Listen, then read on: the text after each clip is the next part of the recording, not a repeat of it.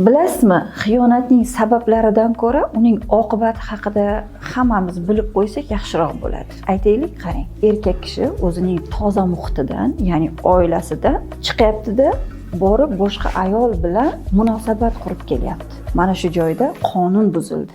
Ya'ni erkak ayolga boradi-da, ayoldagi buzilish programmasini o'zi bilan birga olib keladi. Ya'ni erkak kishi kim bilan birga bo'ladigan bo'lsa, ayol beruvchi, ya'ni hislarini, tuyg'ularini, fikrlarini beruvchi bo'ladi.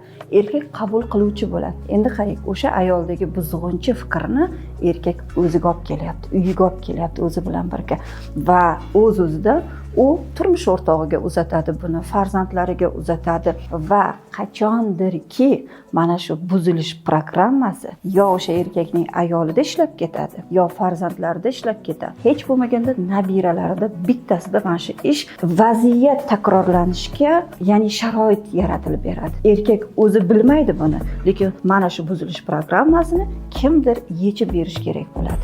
Yoki mol dunyo bilan ham o'sha buzilish programmasi ishlab ketishi mumkin erkakning hayotida.